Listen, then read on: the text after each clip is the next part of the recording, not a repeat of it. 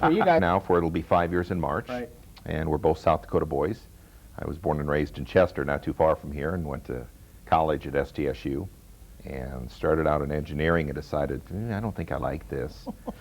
And I had a teacher who said, maybe you want to try radio or television, and I did, and ended up with a journalism degree, and then came down here to Kello, and been doing the morning show now for 16 years, being Wow. part of it. And I'm from the opposite end of the state, from Lead, and I went to school in Brookings as well. Started out as a pharmacy major, so we did have big plans.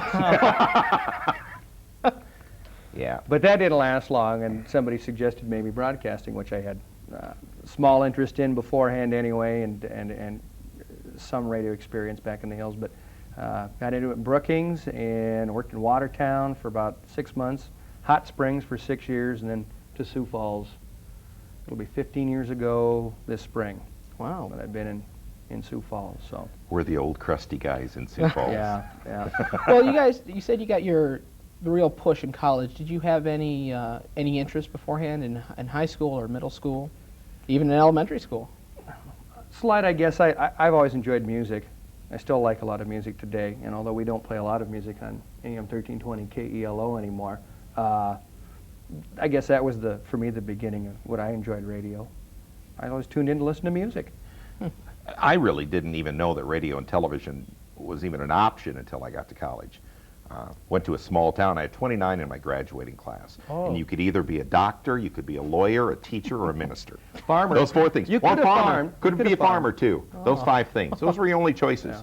When you get out of high school, you have to be either one of those. Did you have any experience or any influence in those early years? I used to do in high declam. I think back, I started Yeah. in declam in 2nd grade, and I absolutely What's that? loved it. What's the clam? You would learn a sketch, you would learn a speech A of sorts. piece. Yeah. And you go up and Literature, perform it. And whatever. there was comedy and drama and those types of things. And There was debate. I we was didn't in have debate. Oh. We weren't big enough. 29 in the graduating class. He debated at home with mom and dad. That was the only place we had debate, oratory, all kinds of things, and that's. Did you do any of Yep, that? got involved in that as well. But I guess it never really hit on me until I got into college up in Brookings, and that's where the bug took hold. Who did you guys look up to in college? Who were your role models? In radio or in television?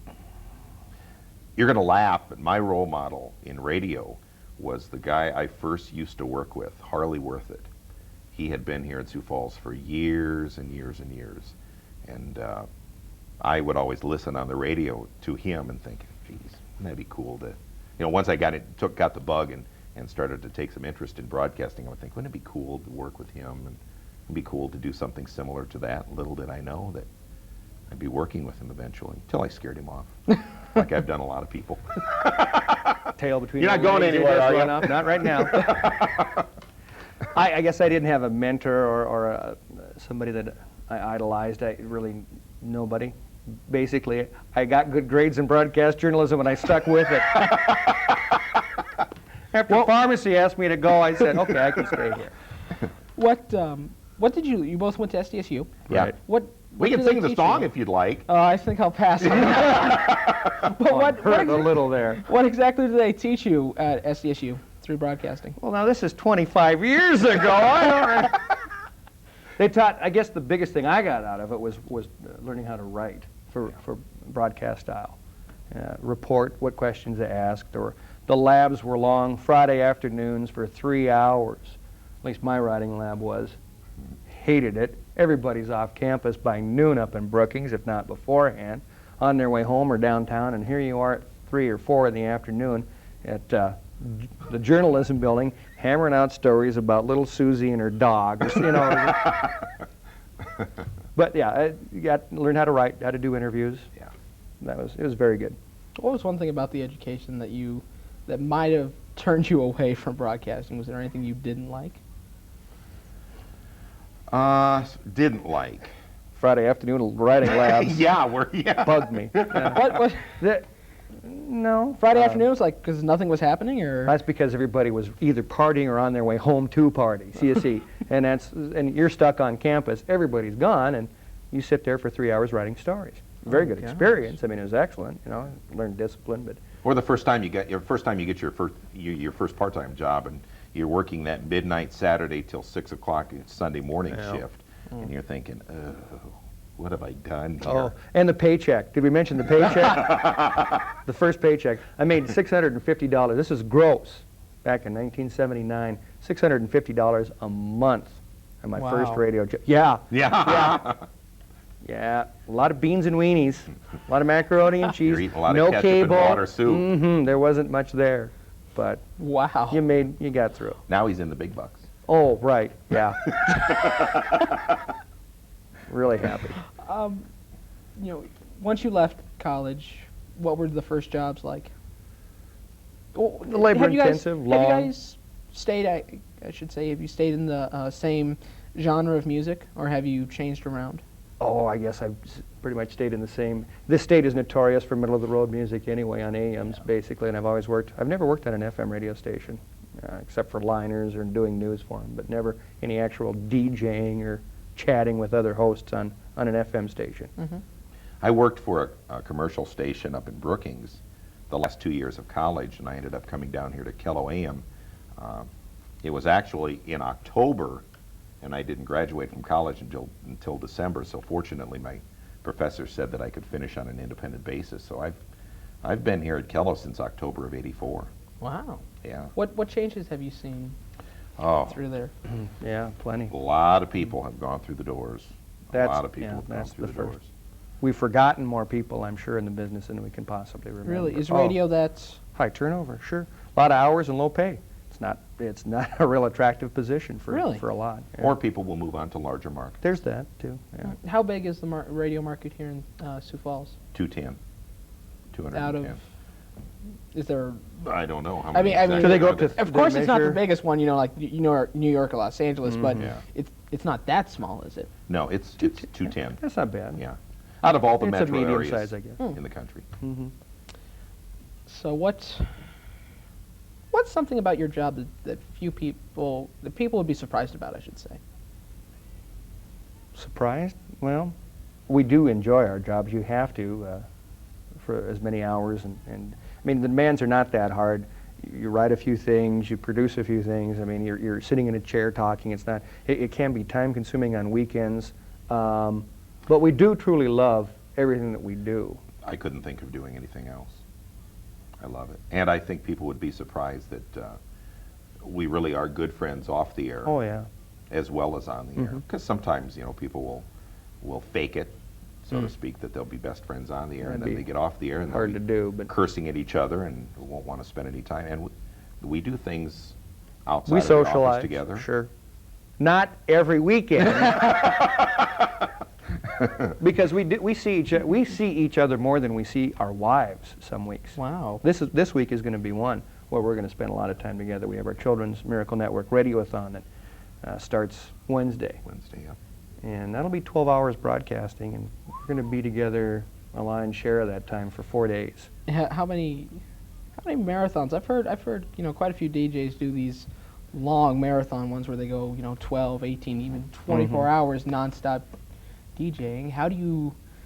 First of all, how do you do that? I mean, after a while, It's tougher than I think people realize. Not physically demanding, but mentally demanding. And there are some days, even when we get off at 10 o'clock, we're on the air from 5:30 until 10. There are some days at 10 that I'm just mentally whooped.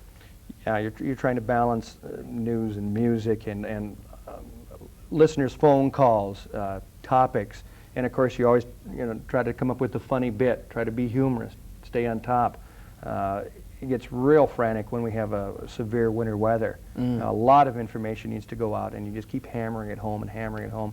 That can take its toll, if for no other reason than it gets redundant. But of course, with listenership changing over, you've got new listeners every half hour, 50 minutes, whatever. It's new to them. But you mentioned winter weather warnings and all that. Like when school is called off, Right. you have to read. After a while, you just want to say, just look outside. Yeah, Don't go this anywhere. poor man, I wish he could get a quarter for every time he has to read that list. But because of audience turnover, you have to do that because you've got a new, fresh batch of listeners every time you do, or for the most part anyway. And they have to hear it, and they need to know. So repetition can take it out of you as well. But It's the demands of a 4.5-hour show because we like to be on top. It's, you know, be funny, be witty, be informational. To balance all of that, sometimes it can be a little exhausting. What are your guys' work hours? Like, when do you arrive at the station and when do you really leave the station? I get there at 5 in the morning, and it depends on when we get to go home. Some days it might be noon or 1. Other days it might not be till 3 or 4 in the afternoon. It depends on if we have remotes to do, if we have Appearances. client calls to make. A lot of people are under the impression you get off the air at 10 and you're out the door at 10:01. Wouldn't we wish? Yeah. That's not the case, because there's preparing for the next day and going out with the sales staff and making those client calls and MC jobs and stuff, things like that. Do you guys prepare for the show like the day before, or is it kind of you have a very rough outline and just go there from the spot? Chad pretty much sets up the show and I fly by the seat of my pants. I'll come in and get the news ready in the morning and do that. And in fact, after 10 o'clock, well, you probably even start preparing for the next day's show at 10, don't Yep, you? right at 10. Wow. I'll go down to the police station they have a daily briefing there, and we'll find out if there was anything newsworthy out of that briefing. If there is, I'll come back and type that up. If there's nothing out of that, our news director, Anna Peters, will have a few assignments for me over the phone, or because I'm the news member of this team, so I'll write news after we get off the air. I want to walk down memory lane for you a bit here, and this is my own personal memory. I have fond memories of both of you. I listened to you too when I was very young. My whole family did. When he was very young. Would you get my cane? Back in the olden days. You did park my wheelchair in a nice handicap there. So, Jack, with you, I remember I can't remember the exact year. I remember it was 7 in the morning, and there was a prison riot. Yes. And there was Yes. Good memory. Jack, you were down there, and you were going live. I don't know if you Yep. if you knew anything that was going on. Chad, you were on the air, and this was as live as you could get it. Yes. Very good. What? Yeah. Well, First of all, I have two questions. One, how do you prepare for that? And two, what's going through your mind when that's happening? I mean, you're on the air all the time live, but that's, you have a very nice big safety net. When you're going out and covering live news for radio, that's tough because you don't have a camera to show. You have to describe to the people what you're seeing. But yeah, that's the wonderful thing about radio is that you can do that. You can run out and be on the scene just like that. It's immediate, and that is the big plus for radio. Well, I remember that day because you were working TV that night. Yep. Chad was still working TV, and he heard that through the scanner of the people at Kilo TV that there was a prison riot up there. And he called me at home, so I took the remote vehicle. We only had one at the time. We've got 4 now, but we only had one at the time. Took the remote vehicle up to the penitentiary, and I slept there that night. I stayed there overnight. Did a few reports that evening. You just have the gift of gab. You ad-lib, you talk to sources, you put together as many thoughts as you can, just highlight a few bullet points, and when you get on the air, just fill it in. Talk, constantly talk to sources, find out what you can. Prison guards, talk to fellow news people, bystanders, anybody. Just try to put it all together when the microphone in our case is on. And Chad, you were, this is pretty much the moment with you. You say Chad McKenzie, and you automatically think high van. Yeah. We were talking about this back before, in the old stunt days when. Talking about this before we went on the air, and that you were, how many feet was this? We were 100 feet off the ground. 100 feet off the ground, It lifted up, was. and you were in a van. Living in a van. In fact, Not down by the river. No. We were out to set a world record by living in a van while being suspended 100 feet off the ground by crane. And we did it at 22nd in Minnesota here in town, so it was a rather high point. Went up on Friday and came down late Monday. About 5:30. Where did that idea come from? Yeah, what sicko thought of that one? Our program director at the time. And when he threw this idea to you, what was your first reaction? You want me to do what? But then we decided, hey, yeah, what the heck? Let's do it. So, but really, in all honesty, these guys on the ground had it a lot worse than I did because there were crowds there all the time, and every day we would set up certain times where we would throw things out the window of the van to see Great what would fun. happen. Great fun. Oh, it was just a riot. We'd throw money out the window, and so I had it pretty good. I could get away from the crowd by just rolling up the window, but these guys on the ground. Still, you were up there. The wind was blowing the first night. Oh, That wasn't.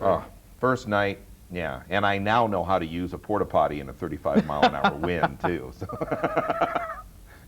Wow. Well, besides those two moments, what's actually I should say, what was your most embarrassing moments on the air, together or separate? Oh, on the air. What was the most embarrassing? Ever been a time when moment the we had? mic, you forgot the mic was on and you Oh, we do that a lot, don't we? There's always miscues Yeah. and like shouted that, something and, that the boss then went, huh? I can Oh. remember one time, I can't exactly say the words here, but the Worthing Dinner Theater, they were putting on the play Nonsense. And we've done things in the past too where to show the people the effects of drinking and driving and what happens to you when you drink. This was a time when South Dakota Highway Patrol came in along with the Safety Council Yep. and made us drink. Starting at the time we went on the air, we would take a drink every half hour to show people what happens Oh, when wow. you're sitting in your bar. And boy, about 9:30, this was on a Friday, and we'd started right at 5:30, and by 9:30 we were half loopy. And I remember going through what then was a community calendar, and down at the Worthing Dinner Theater, they had the play Nonsense going on. And it just came out, and I read Nonsense going on at the Worthing Dinner Theater, and I looked over, and I said, how long is this GD play going to go on? That was the end of the weekend report. You can introduce it right there. So, Wow. that's probably my biggest on-air mistake. I'm sure I had a number of on-air mistakes, but my most embarrassing one was at the Sioux Empire Fair about 4 or 5 years ago. There was, I think it was Pure Prairie League and Three Dog Night. And one of my favorite tunes is Three Dog Night, no, not Three Dog Night. Oh, what's the name? Pieces of April by, yeah, it is Three Dog Night. Yeah, it is. Yeah, Three Dog Night. And we were going to introduce the acts. Three Dog Night and Pure Prairie League, and for some reason I had it in my thinking that that Three Dog Night would be up first. So we were behind the scenes and we're getting ready to, and they've introduced us and we've had a great time. And the bassist is right next to me, and I looked over and I said, "Geez, could you guys please play Pieces of April for me?" And the guy looked at me and says, "Yeah, we'll cover that." I said, "Oh, that'd be great." I walked off. As I was walking off, the announcer went, "Ladies and gentlemen, please welcome Pure Prairie League." So I had the wrong band. Wow. Felt that big. Yeah, well. Walked off, but I never saw that guy again ever, and it really didn't make that much of a difference. What's been your most interesting on-air experiences? It doesn't really have to be, funny. Just one point that you'll always remember it. Oh, I think our CMN efforts last year. Without a doubt. We do something for Children's Miracle Network. We do a radio-a-thon. Yeah. And we go on the air and we tell stories of sick children and how the parents are helped through Children's Miracle Network. And, Injured children. and last year, boy, it just kind of took on a life of its own. The first year we did it, we raised $13,000, and last year it jumped up to $56,000. Yeah, we just told stories, and it truly is an amazing thing. Yeah. We were live on the air for 12 You- hours a day, 4 days. You guys have done some definite fundraisers. You've done, CMN. I remember back, well, it was a few years ago, but unfortunate tragedy. A small kid was hit by a Yes. car, and you guys Didn't have enough money for their the burial. parents didn't have Yep. enough money. You guys went out on the street That morning. That was And- impromptu. and just asked for money, and it Yeah. was amazing. Raised over $10,000. From people driving by handing off cash in front And of that's the just studios. amazing. How do you, what? Well, I guess what is your reaction with that? Well, It's- the emotion there is so obvious. I mean, this young kid, a tragedy of, I think he was a drunken driver, wasn't it? I believe so. Yeah, and so, that is compounded obviously by the fact that this family can't bury their son. So you've got really a double tragedy going on there. And our listeners, we've mentioned this every morning. Without our listeners, Kello AM 1320 really is nothing. It's just Chad and Jack and a bunch of wires. What makes a radio station, any station, live and breathe and become a functioning part of the community is the audience. Without that, you're nothing. Yeah. This is a wonderful place to live. We've had many people ask, why haven't you ever moved on to a larger market? Why? No talent. Well, yeah, there's that too. This is Sioux Falls. It is. It's a wonderful place to live. Oh, no doubt. I couldn't think of any other place to raise my family. We're doing a job that we love. Mm-hmm. Yeah, there's that no talent thing. Well, there's that. Well, now Nobody has come knocking lately that I can. Speaking of no talent, Yes. nothing against you guys. When you talk about morning shows, Mm-hmm. the DJs that sticks in everyone's mind are Howard Stern, Don Imus, and the rest of these shock jocks. Mm-hmm. What is your opinion on those, type of shows, morning shows? Short Do term you- at best. Mm. They Really? don't have, no, they won't last long. As far as that particular market, now Howard Stern's been in it for a long time. Don Imus has been in it for a long time. But you'll also notice if you read the trades, they'll be on one station, and then 2 years later they're off.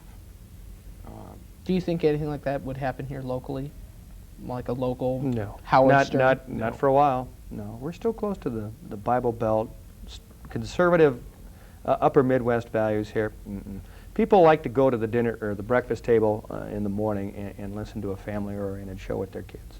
They still enjoy that. A lot of kids and a lot of families in this town. And you don't want the parents having to drive to work or to school or sit at the kitchen table Right.